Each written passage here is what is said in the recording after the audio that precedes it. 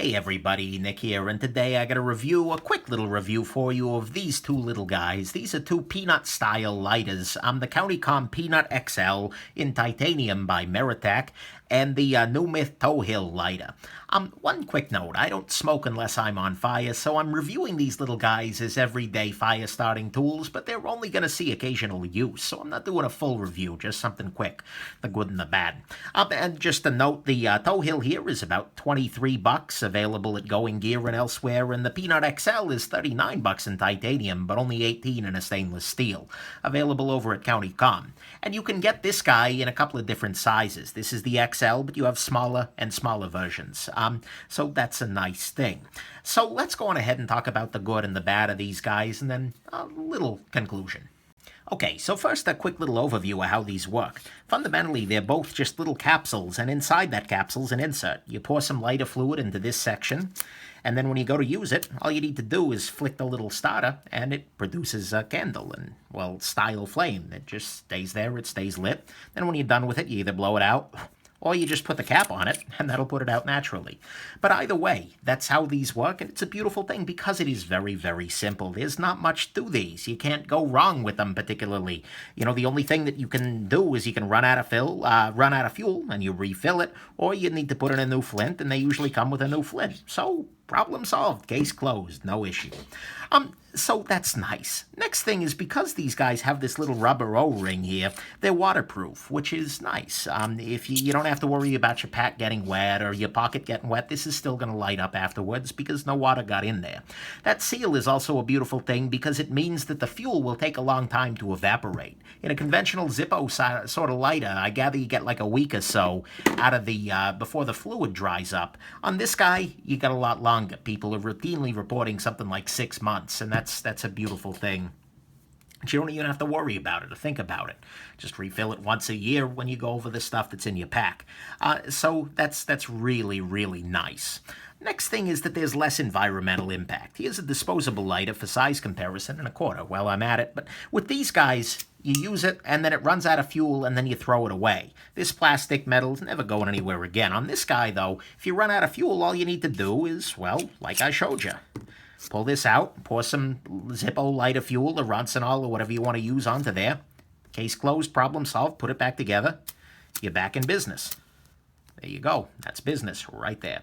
And speaking of this sort of thing, you'll note that you can use this as a candle just by standing it up like that. It'll get pretty hot as you're doing that, but it's kind of a beautiful thing.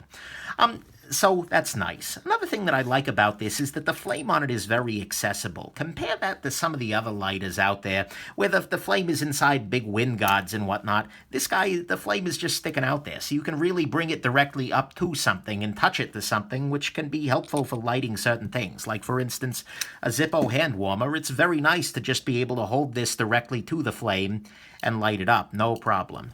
So that's nice. I like the accessibility there. And then finally, probably the thing I like most about this is that it actually requires, both of these require active steps in order to make things flammable. If this is just in your pocket or in your pack, it really can't accidentally catch fire. I mean, maybe if you like super overheated it, it could do something.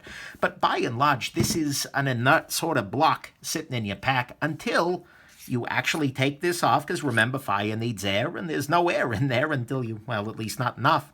And then you hit the striker. Fundamentally, this is inert, kind of-ish, close enough, until you take it out and take some active steps.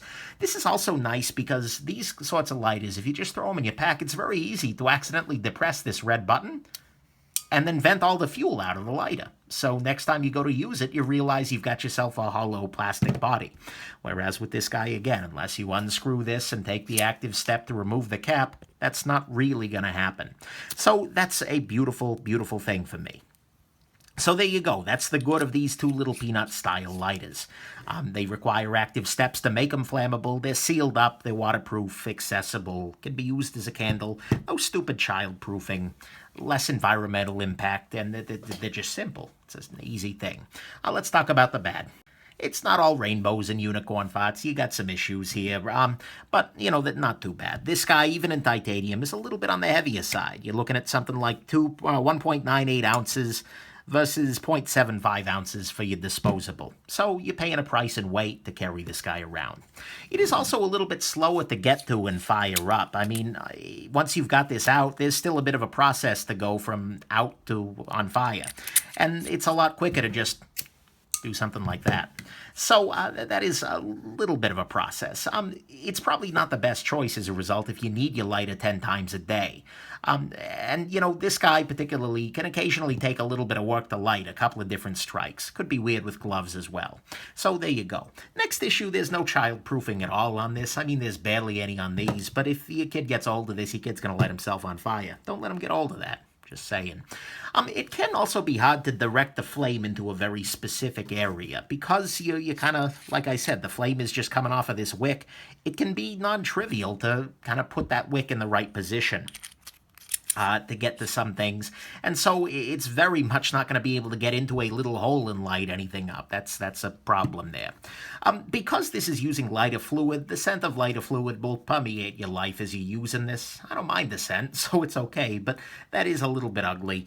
Wind can be a bit of a problem. Unlike, you know, even your Zippo has this wind guard around the wick here.